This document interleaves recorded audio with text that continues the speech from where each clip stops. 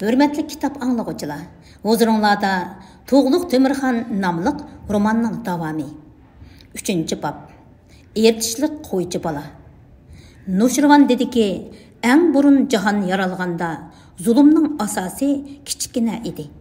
Amma keyin dunyoga kelgan har bir kishi az-azdan ko'paytgach, mana shu darajaga berib yetdi. Shayx Saidi. Miladiya 1335-yili baş kuzning bir kuni. Altın kuzning jalibkor, sehiy quyoshi ko'k ertish bo'yida yashaydigan Do'xtaviy xalqining kang to'qaylardagi pichanlarini quritib, charchagandan keyin Ertish daryosining egiz qirg'oqlaridagi poyansiz o'rmonliqlarga sarg'ush nurlarini chechib, kun petish tarafga eg'ishga boshladi. Jimjit, tinimsiz oqadigan Ertish daryosi tarafdan urilayotgan salqin shamol odamning yuziga muloyim tegib turadi. Suning chat yaqinlaridagi yavaş to'lqinlar tavrinib kelib, qirg'oq bo'yida noit chiroyli to'qilgan oq to'rdak ko'pib yuqori ko'tariladida ko'zdan g'oyib bo'ladi. Yana ko'pib ko'tariladida yana g'oyib bo'ladi. Tinimsiz oqadigan Ertish daryosining o'zimi havorang tusga kirgan.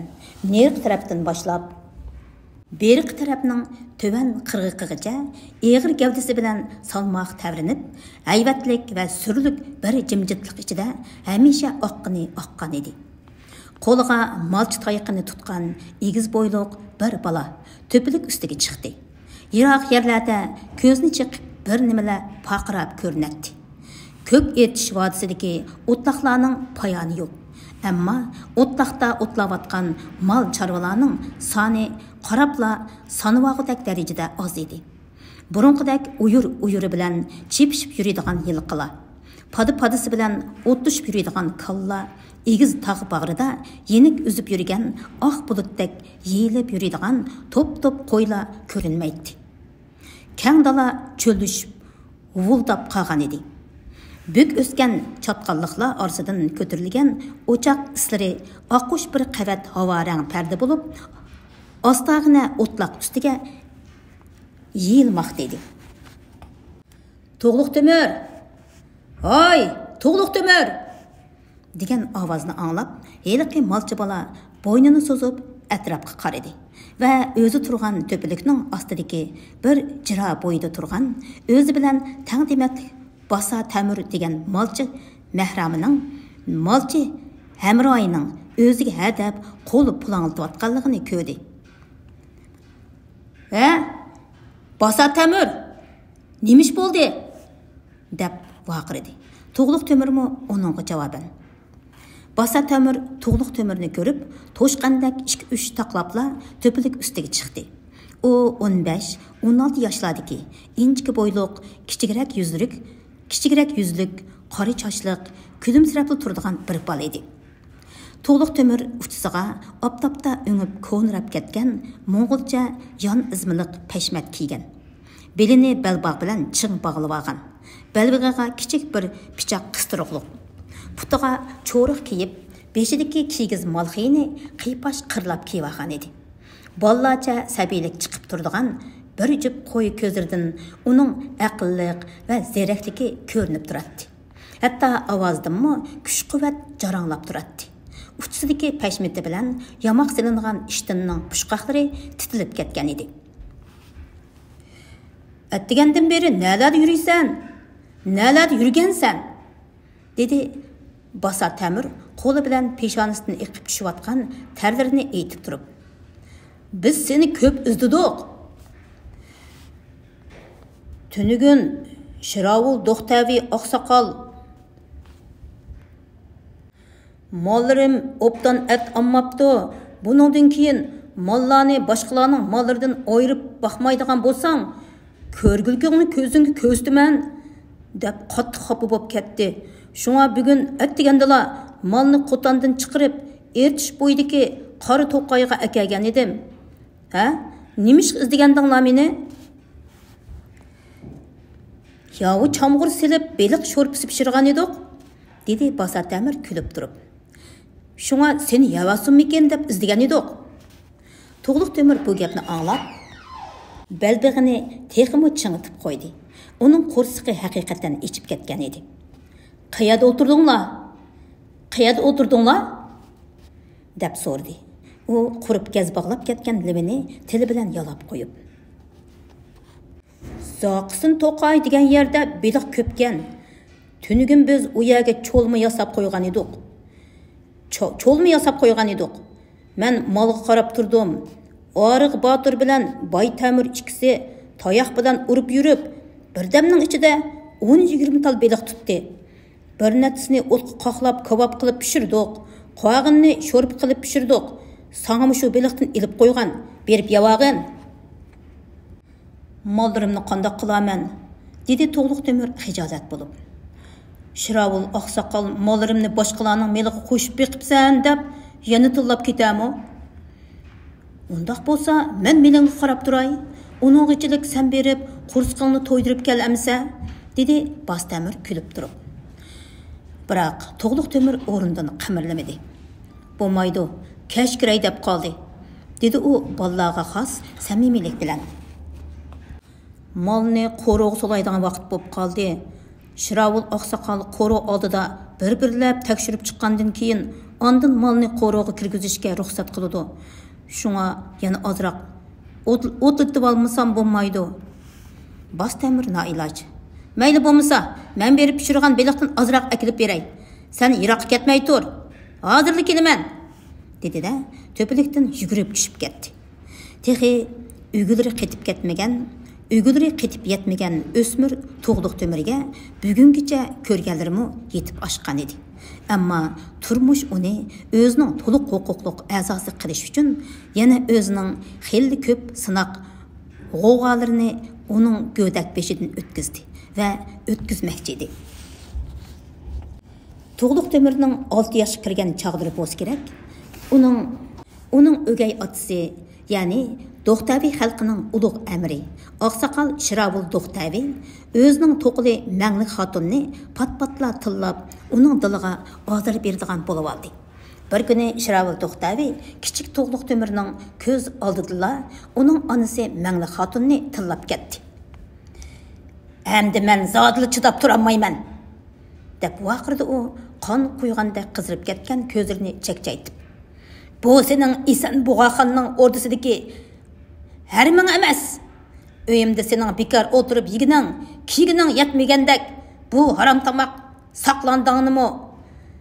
Bekor oshyap, qochib bekorlab yuridi. Bu harom tamoq saqlandingmi? Bekorga oshyap, qochib bekorlab yuridi. So'qlarda avar bo'lib yurib, ko'rsang eding, ani shu chaqda bir parcha nonning qandoq keldiganligini bilgan bo'larding." Shu chaqda bu ohanatga zodil chidayolmagan Mangli xotin kichik narasida To'g'liq Temirni bag'riga besib, ho'ngrab yig'layotgan edi. Uning quloq tubida Shiravul Do'xtaviyning dilni ranjitib, yurakni ezgan ohanatlik so'zlari jaranglab turadi. "Bikog'i tamoq yeydi deydi. Kim bikog'i tamoq yeyapti?" deb puchilandi Mangli xotin. Shiravul Do'xtaviyning uyida bika o'tiribdimanmi? Ya kunduzi, ya kechasi tinim tepishni bilmayman. Namda men Shiravul Do'xtaviyning xotini. Uning uchun Injimalik ismlik bir o'g'ilni tug'ib berdim. Biroq bu uyda mening o'rnim amaliyotda qul dedakdan hech farqlanmaydi-ku. Buning hammasi kim uchun?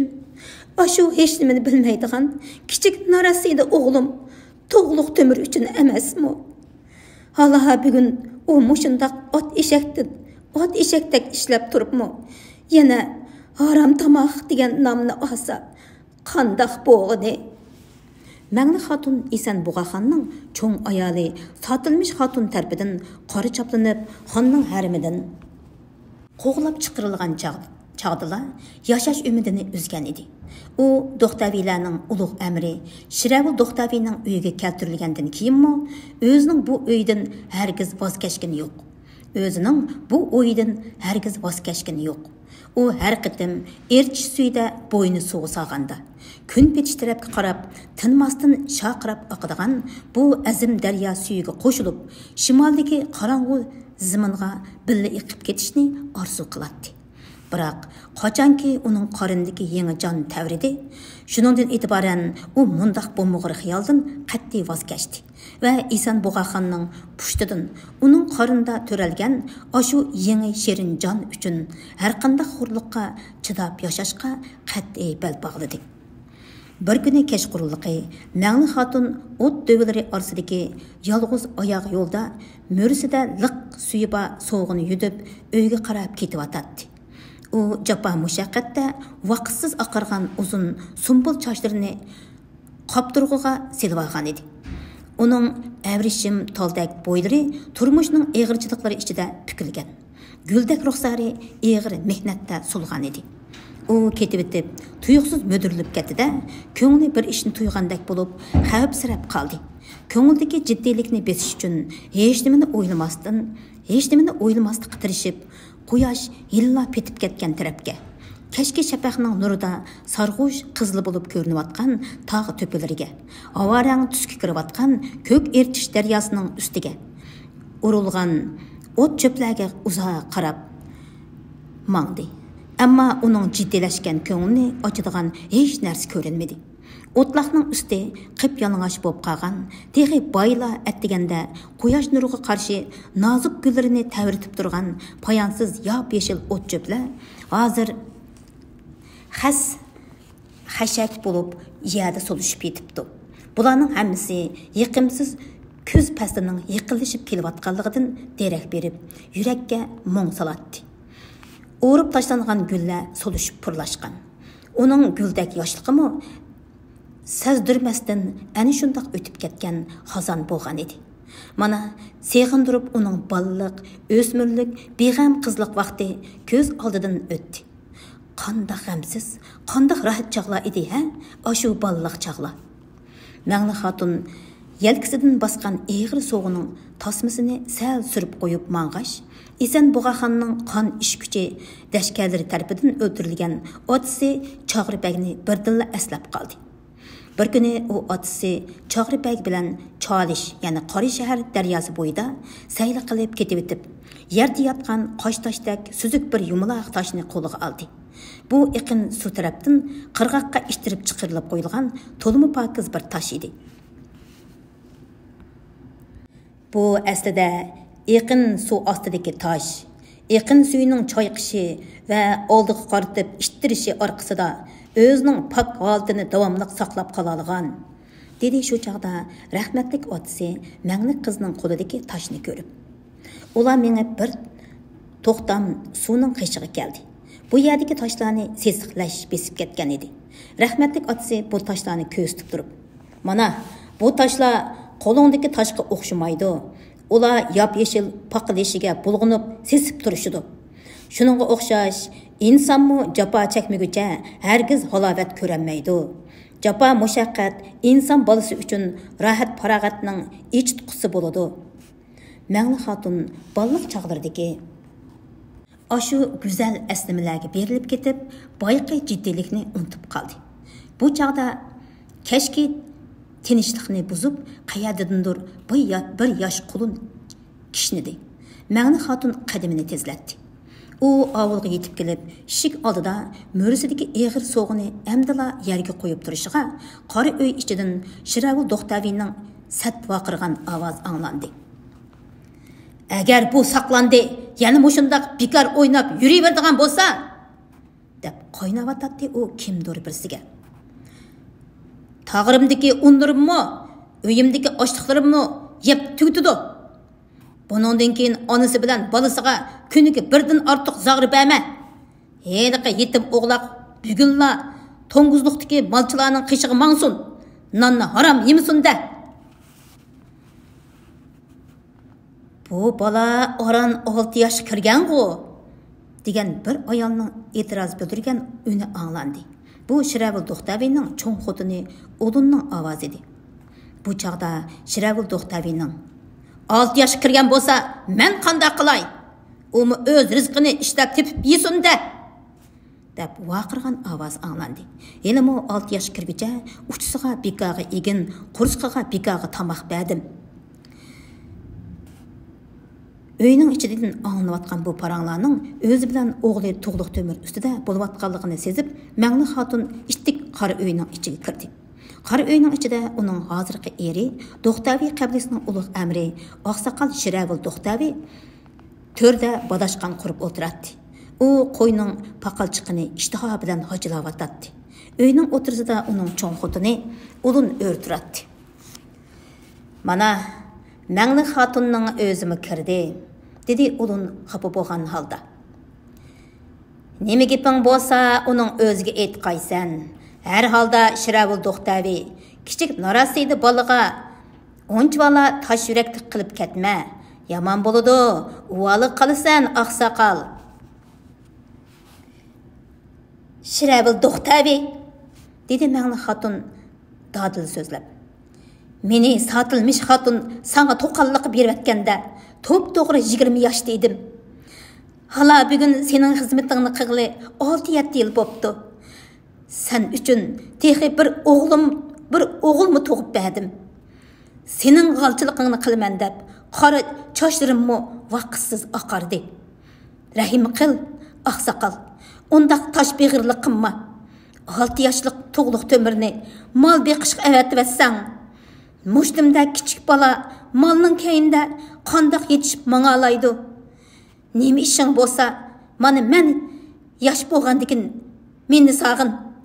Men sana yana 20-30 yil ko'z nurimni to'kib ishlab beralayman. Yiliga 1000 oqchadan ishlasammi, oz deganda sana yana 2 tuman oqcha tepib beralayman. Balamni meningdan ayirib etmagin. U dalada aç toq, issiq soğuq qilib o'lib qoladi. Мәңлі Xatun ulug' kichikdanib yerga qaradi va ko'zdan mo'ldirlab tomgan yosh tomchilarini yanglari bilan ertib, Shiravul Do'xtaviga qarab yana so'zini davom qildi. Men nimali bo'lsin, nikohingdagi xotining'u, o'z pushtondan bo'lgan Anjumalik degan o'g'lingning onasi'u. Hech bo'lmaganda er xotinlik mehrining yuzini bo'lsimi qil. Мәңлі Xatun, seni satılmış xotinning qo'lidan saq ajirtib olganligimga rahmat aytsang bo'ladi, dedi Shiravul Do'xtavi qo'lidagi g'ajab bo'lgan sunyakni yerga piqirtib tashlab turib. Bo'lmasa o'liking nalarda qolar edi? Seni satılmış xotinning qo'lidan ajirtib olganda bir muncha pulni seni o'zimga xotin qilaman debla sarf qilmagan. Uning ustiga balangni beqiyotiman. Yetar endi. Menga xotin kerak emas. Menga ishlab berdigan, o'g'il tug'ib berdigan xotin kerak. Men seni shuning uchun to'qalliqqa olganman. 6-7 yildan beri sen menga qanchalik ish qilib berding? Qanchalik o'g'il tug'ib berding? Mekiyanchig'ida kuniga bir tuxum tug'di. Senchu aran bir o'g'il tug'ib berding. Sening men uchun qilib bergan ishlaringning hammasini qo'shqandimi? Ana bola ikkinglar bu 6-7 yildan beri mendan ilib yegan zag'ir nonlarg'imi tang turolmaydi. Shunga yetim o'g'laq o'g'ling bugunning o'zdila molchilarning qichig'i mangmis bo'lmaydi. Мәңлі Xatun Shiravul Do'xtaviga zodil gap yigizamagandan keyin noiloj. Hey, Shiravul Do'xtavi, qara. U saning chujisida kichik bolig'i emdi, dedi yig'lab turib. Rahim qil. Bilamsan, Tug'luq Temir marhum Chag'atay xoni Esan Bug'axonning o'z pushtidan to'ralgan bola. Olimadiz birer ish bo'lib qolsa, sen el ulusga qandoq javob bersan? Esan Bug'axonning o'lganiga 6-7 yil bo'lib qoldi, dedi Shiravul Do'xtavi so'g'uq kulib turib. Sen undaq deganing bilan balaning kimning pushtidan to'ralganini Tangri o'zli biladi. Seni u rostla Esan Bug'axonning o'z pushtidan to'ralgan bo'lsa, qani u rostla Esan Bug'axonning o'z pushtidan to'ralgan bo'lsa, uni isbotlaydigan narsangni ko'rsatmamsan? Мәңлі Xatun tengir qig'iniga turib qoldi. Теңір қығынынша тұрып қалды. Мұштапта оның қалысыда қандық күреш болып ататты. Оның қалысыда қаттық күреш болып ататты. Oğlunun İsan Boğaxanның өз пұштыдың болғанлықыға пәқәт қолыдекі yolbaz сүрәтлік алтын тәмтәкла ispat болалайды. Бейәдікі алтын тәмтәк дегені Чағатай мәмүрiyetinden берілген металл тәмтәкнің намы. O adətdə yol xedilik rolunu ötəydi depdi.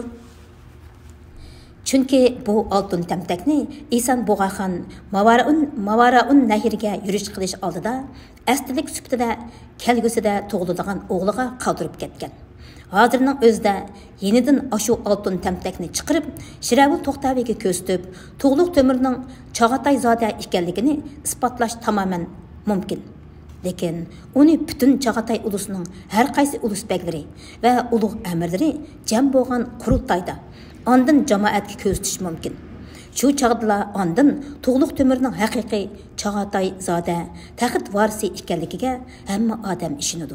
Bo'lmasa boshqalar ishonmayli qolmasdan, balki sen o'g'irlagan deb bo'xton qilishidi. U chaqda To'g'liq Temir texmo dushmanlik bo'lib qolmamdi. Hech bo'lmaganda qavm jamoat jam bo'lgan sorunda yo'lbos suratlik oltin tamtakni ko'rsatib, o'g'lining haqiqiy martabasini oshkorlash kerak. Onundan ilgari bo'lsa, To'g'liq Temirning aman esanligi uchun bo'lsa-mu, har qanday azobga chidash kerak. Ammo o'g'lining Chag'atay zotlik martabasini isbotlaydigan yo'lbos suratlik bu oltin tamtakni darhol ko'rsatamasa, 6 yoshlik o'g'li To'g'liq Temir malchilarning qishiga darhol mengish kerak. Qanday qilish kerak? Axir o'g'lining baxt saodati va hayot mamoti bilan munosabatlik bu zo'r ishda hargiz bexastarlik qilishga bo'lmaydiganligini tushungan. Bu Qaysar ona tishini tishlab turib, qat'iy irodaga keldida mundoq dedi. Hey, Shiravul To'xtavi. Hozircha men sana uning Chag'atay zotlik martabasini isbotlaydigan Tangridan boshqa hech qanday isbot ko'rsatmayman. Mayli, kichik To'g'liq Temir mol boqqili bahs beriversin. Bu ro'zg'ar olam at qaysi rangda bo'yladi, palak nayrangmozlari qaysi tuproqni beshimizga chochidi, sanmi menmi hech qaysimiz bilmaymiz. To'g'liq Temir mol beqib turib, turmushning ochiq chuchuklarini tetib, otisi İsan Boğaxandek qaysar irodalik cho'ng bo'lsa ajab emas.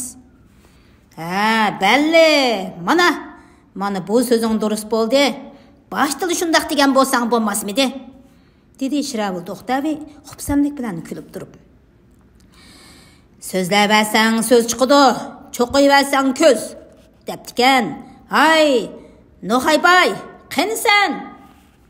Oqsoqol Shiravul To'xtavining o'zini to'g'layotganini anglab, uning No'xaybay degan malchisi uyga yurib kirdida, "Hurmatli oqsoqol, nim topshiriqingiz bor ekan?"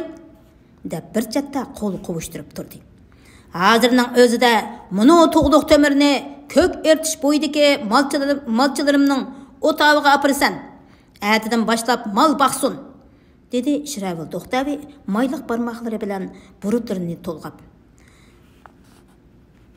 No'xaybay, "Xo'p, amringizni hozirning o'zida bajo keltirgayman", dedi de talada balla bilan o'ynayotgan 6 yoshlik To'g'liq Temirni yig'lig'iniga qaramasdan qo'lidan tutib so'rab elib mangdi. Onasidan ajratilgan 6 yoshlik bu Narasidinning piyg'onliq yig'izari. Bolasidan ajratilgan mehribon jafokash onaning echinishliq dod faryodlarini anglab, kishilar oqsoqol Shiravul To'xtavining qora uyining oldiga o'lashdi. Bu yerda haqiqiy fojia yuz bermoqda edi. Yürek parçasından ayrılgan biçar anının közürdünmü ve mehribon anının ısıq bağırdan ayrılgan biçar Narasidinning közürdünmü yaş ornuğa kan çaşırmakta. Ağzıdan ahu zarla ornuğa piyğan otları çaşırmakta dedi. Bu ahval kişilerge xuddi mal töllegen vaqtda tug'ilgan zaman körpüsini ilivilish uchun so'yildigan qo'zlarning beshiga tushgan fojiani eslatdi. Biroq bu yerdagi farq shu ediki, u fojia bugungi holatini atil unutib qoladigan, tilsiz hayvonning beshiga keladigan fojia bo'lgan bo'lsa, kishilarning ko'z oldida yuz berayotgan bu fojia hamma narsani ilg'i qila oladigan va tushuna oladigan onliq inson bolasining beshiga kelayotgan haqiqiy fojia edi. Şiravil Do'xtavi ona bola ikkisining ayrilish minutidagi oshu pig'onliq va alamlik yig'izlarga xuddi masxir qilgandek kulib qarab turadi. Oxir u yilqi Nuhaybay degan malchisiga "Endi mangsang bo'ladi" degandek qilib qo'lini shiltidi. Malchi "Bormayman, onamning qishiga boraman" deb yig'lab deb yulqinayotgan 6 yoshlik tug'luq Temirning qo'lidan tutib, uni ertish bo'yidagi malchilar turalg'usiga so'rgan peti ilib maqdi. Bu chaqda yig'lab ketayotgan 6 yoshlik tug'luq Temirning orqasidan Mangli xotun "Mening balamni nega apirsilar? Balamni qaytirib beringlar" deb zar qaqshab yig'lab yugurdi.